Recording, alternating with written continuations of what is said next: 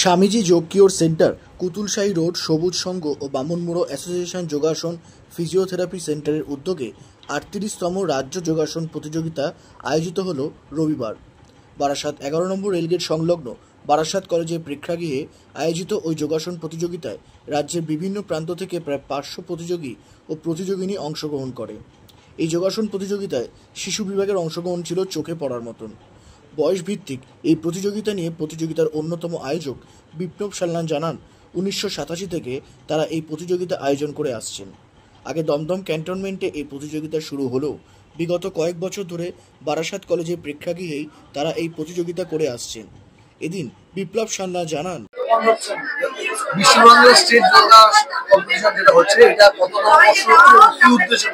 আমরা এই কম্পিটিশন করছি 1987 থেকে। আগে আমরা দমদম ক্যান্টনমেন্টে করতাম, এখন বারাসাত কলেজে করছি।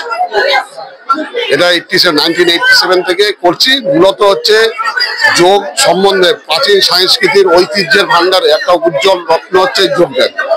আর ভারতের সংস্কৃতি, ভারতের যত অবদান আছে বিশ্বে শরীরচর্চা ক্ষেত্রে, তার মধ্যে যোগব্যায়াম অন্যতম। সেই জন্য আমরা যোগের প্রচারের উপলক্ষে আমরা 1987 থেকে এই যোগ কম্পিটিশনটা চালু করেছি।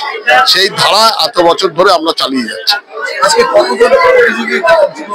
এখানে প্রায় 450 থেকে 500 প্রতিযোগী অংশগ্রহণ করেছে।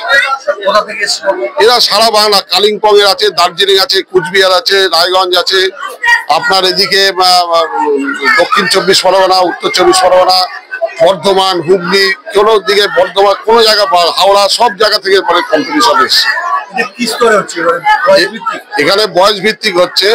আমরা যেমন 7 থেকে 0 থেকে 7 বছর একটা গ্রুপ আছে, 7 থেকে 10 আছে, 10 থেকে 15, 15 থেকে 25, 25 থেকে 45, 45-এর ঊর্ধ্বে যত পর্যায়ে ছেলে এবং মেয়ে বোধ আমরা এখানে কম্পিটিশন করাচ্ছি।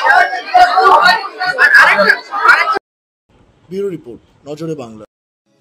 এয়ার ইনফ্রাস্ট্রাকচারের উদ্যোগে অহনা অ্যাপার্টমেন্ট, বারাসাতের হৃদয়পুরে নৃপেন ঘোষ সরণিতে তৈরি হচ্ছে নতুন আবাসন প্রকল্প।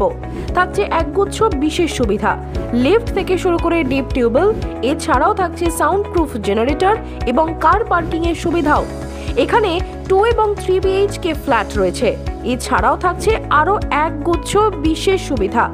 বিস্তারিত জানতে ফোন করুন স্ক্রিনে দেওয়া ফোন নম্বরে। সাধ্যের মধ্যে স্বাদ পূরণ।